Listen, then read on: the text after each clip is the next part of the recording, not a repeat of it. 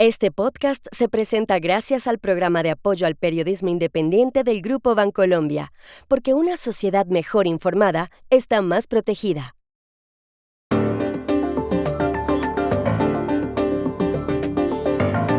Este domingo México se convertirá en el primer país del mundo donde los ciudadanos eligen a los jueces. ¿Es eso bueno para la democracia? Daniel Noboa acaba de presentar 2 proyectos urgentes para combatir el narcotráfico y la corrupción en Ecuador. ¿Van en la dirección correcta? El Senado de Estados Unidos debe decidir si aprueba un impuesto del 3,5% a las remesas. ¿Cuánto afectaría a los inmigrantes y a América Latina? Hola, bienvenidos a Y esto no es todo, el podcast del Georgetown Americas Institute de la Universidad de Georgetown en Washington, D.C. Soy Juan Carlos Iragorri, desde Madrid. Soy Paz Rodríguez Niel, desde Buenos Aires. Soy Jorge Espinosa y estoy en Bogotá. Es jueves 29 de mayo y esto es todo lo que usted debería saber hoy.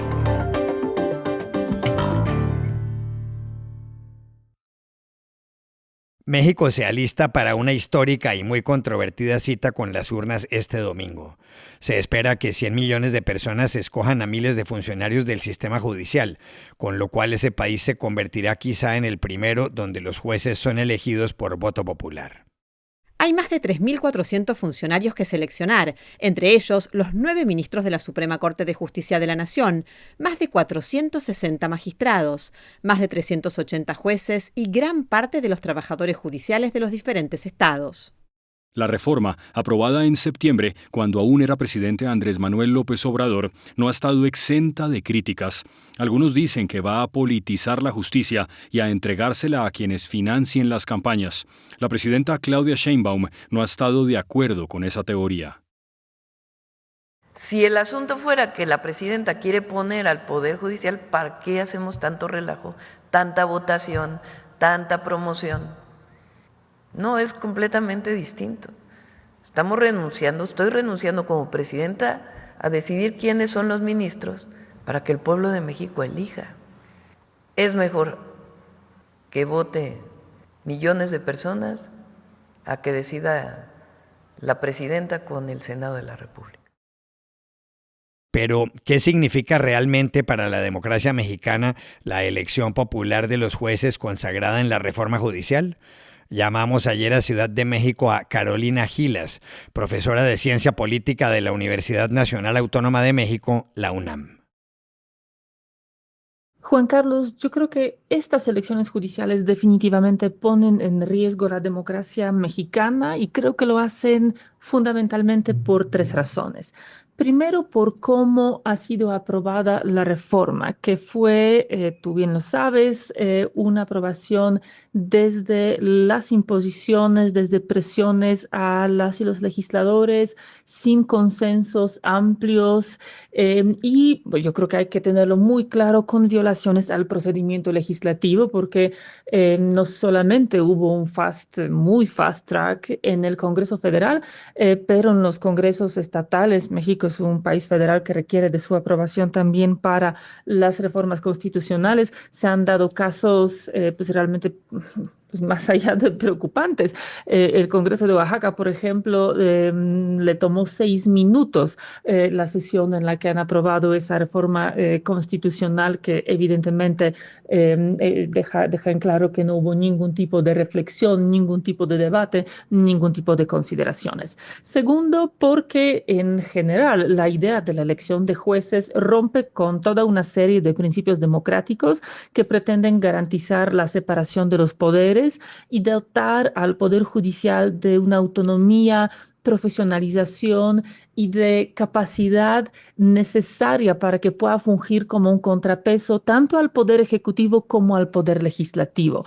El Poder Judicial tiene que ser un guardián de la Constitución, tiene que ser un guardián de los derechos de las personas y eso en efecto implica que debe ser con frecuencia incómodo para quienes están en el poder. Un Poder Judicial que siempre está de acuerdo con el Legislativo, con el Ejecutivo, más bien tendría que despertarnos las sospechas sobre si está haciendo haciendo su trabajo de manera adecuada. Y finalmente, tercero, porque la propia elección que se va a celebrar este próximo domingo no cumple con los principios democráticos y con los principios de integridad electoral por toda una serie de elementos, pero los más importantes, se viola la regla de igualdad del voto. Por ejemplo, en la Ciudad de México, en la capital, se van a elegir muchos más personas juzgadoras que en el resto del país.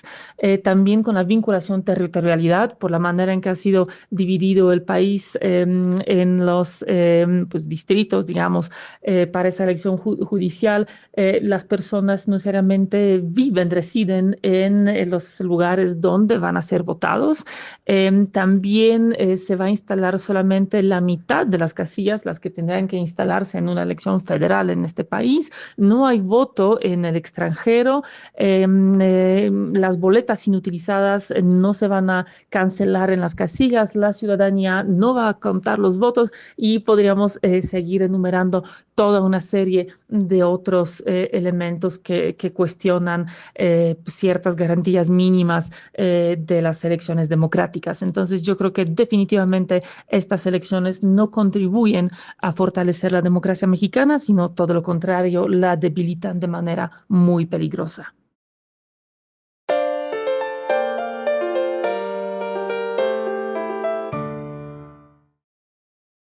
Desde el 13 de abril, cuando Daniel Noboa fue reelegido como presidente del Ecuador, el mandatario ha presentado 2 proyectos de ley relacionados con la economía y a los que considera urgentes. Ambos contienen cambios importantes. El primero establece que quienes hagan donaciones a la policía o a las Fuerzas Armadas podrán deducir esa cantidad del impuesto de renta, siempre y cuando no supere el 30% del tributo. El proyecto también contempla incentivos económicos para jóvenes y artesanos, entre otros. La Asamblea tiene ahora 30 días para pronunciarse sobre esa iniciativa del gobierno. Tendrá el mismo plazo para decidir acerca del otro proyecto de ley que Noboa presentó el martes, referente a la contratación pública y que fue explicado por Stalin Andino, secretario jurídico de la presidencia.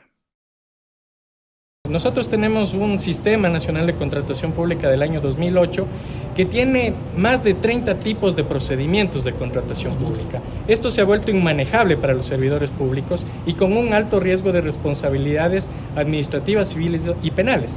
Por lo que hace este proyecto de ley es simplificar y quedarnos con 5 procedimientos de contratación pública. Esta ley reduce las atribuciones del Servicio Nacional de Contratación Pública para que no exista el alto riesgo de que el SERCOP detenga o impida que se desarrollen normalmente los procesos de contratación pública a pretexto de un control. Es decir, que aquí estamos implementando que los controles sean automatizados y bajo principios y estándares objetivos.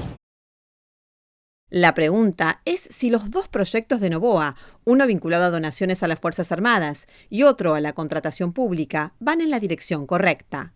Llamamos ayer a Guayaquil a Hernán Pérez Luz, abogado de larga trayectoria y columnista del prestigioso diario El Universo. Desde mi punto de vista, yo creo que son medidas apropiadas, probablemente deben ir complementadas con otras medidas similares.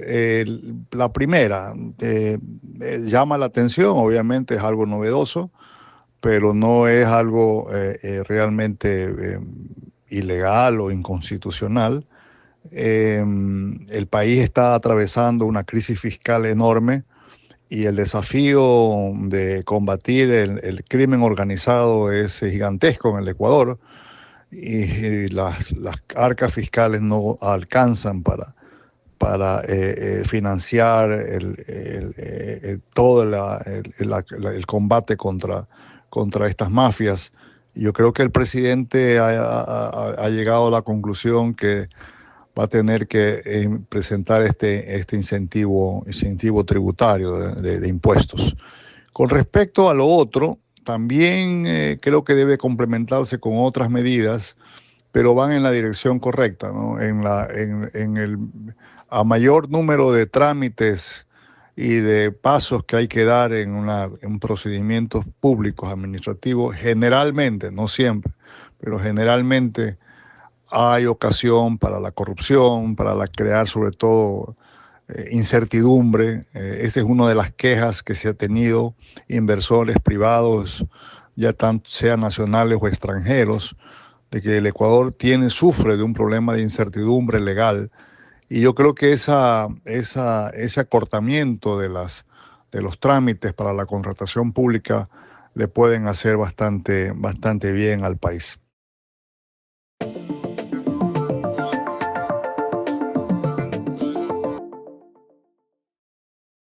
Este podcast se presenta por cortesía de Movistar Empresas, el aliado que está transformando y potenciando negocios en toda Hispanoamérica con soluciones digitales en cloud, IoT, seguridad, conectividad, Big Data y advertising. Movistar Empresas, siempre el camino seguro. Y este podcast se presenta con el apoyo del Grupo Tecnoglass, el poder de la calidad.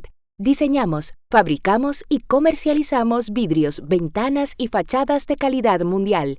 Más información en www.tecnoglass.com. El Senado de Estados Unidos se encuentra estudiando por estos días un proyecto de ley que puede afectar la economía de millones de latinoamericanos. El texto establece un impuesto del 3,5% a las remesas, es decir, al dinero que los inmigrantes envían a sus países de origen.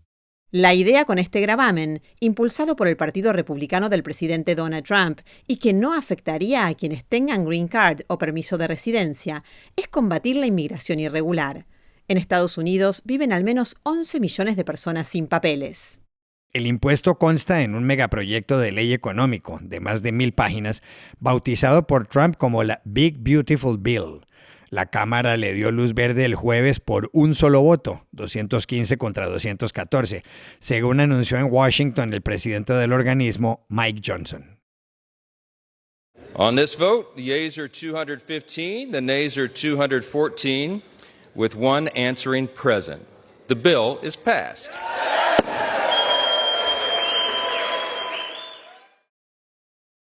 Estados Unidos es el país del mundo desde donde se envían la mayor cantidad de remesas, 656,000 millones de dólares al año. De esa cantidad, a México van a parar 64,000 millones. Se calcula que este proyecto de ley puede afectar a 40 millones de personas en territorio estadounidense.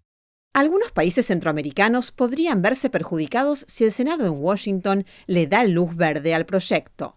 Ahí están Nicaragua, donde las remesas componen el 27% del Producto Interno Bruto, el PIB, o también Honduras, donde son el 25%, o Guatemala, donde llegan al 19%. ¿Cómo entender el proyecto de Trump sobre las remesas? Hablamos ayer en Washington, D.C. con Manuel Orozco, director del Programa de Migración, Remesas y Desarrollo del Diálogo Interamericano, un prestigioso think tank o centro de análisis regional.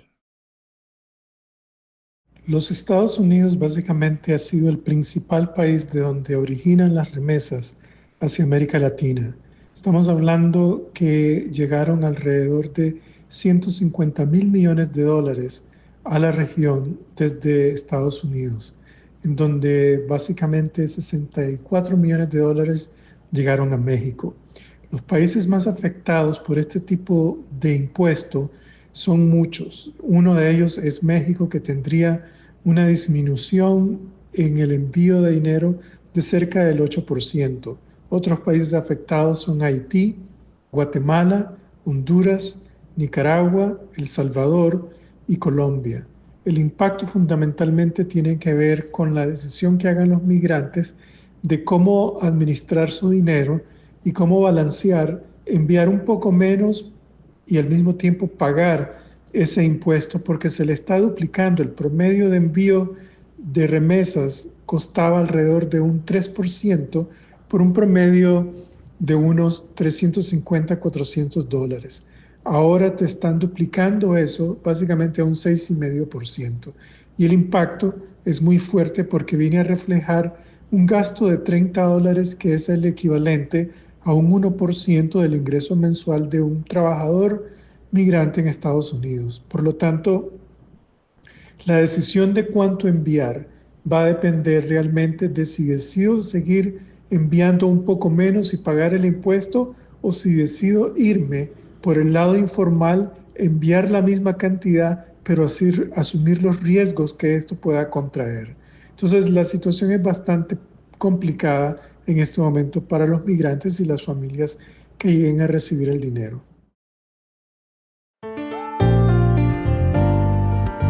Y estas son otras cosas que usted también debería saber hoy. El presidente de Estados Unidos, Donald Trump, sufrió ayer un revés notable. La Corte de Comercio Internacional de ese país anuló los aranceles que él decretó con base en la Ley de Poderes Económicos de Emergencia. El tribunal dijo que la norma no daba pie a que el 2 de abril el presidente impusiera, por ejemplo, aranceles del 25% a México y Canadá, con el argumento de que fomentan la inmigración ilegal y el fentanilo. El fallo es impugnable. En lo que constituye un anuncio pocas veces visto en un jefe de gobierno alemán desde la Segunda Guerra Mundial, el canciller federal Friedrich Merz dijo ayer en Berlín que su país empezará a producir junto con Ucrania misiles de largo alcance. Merz, que recibía al presidente ucraniano Volodymyr Zelensky, agregó que los cohetes podrían emplazarse en suelo alemán o de Ucrania y apuntar a Rusia. Elon Musk, que con 426.800 millones de dólares, según la revista Forbes, es el hombre más rico del mundo, anunció ayer que deja la dirección de la Oficina de Eficiencia Gubernamental, DOGE, por sus siglas en inglés, del gobierno de Donald Trump en Estados Unidos. Musk, de 53 años, escribió en su cuenta de X, red social de su propiedad, que le agradece al mandatario haber ayudado a disminuir los derroches en el gasto. Y aquí termina Y esto no es todo, donde siempre habrá más. En la producción estuvo John F. Burnett. Pueden suscribirse a este podcast en nuestro sitio web y esto no es todo.georgetown.edu, seguirnos en nuestras cuentas de X y de Instagram, @y esto no es todo, y buscarnos en nuestro canal de YouTube. Gracias por oírnos. Chao. Hasta la próxima.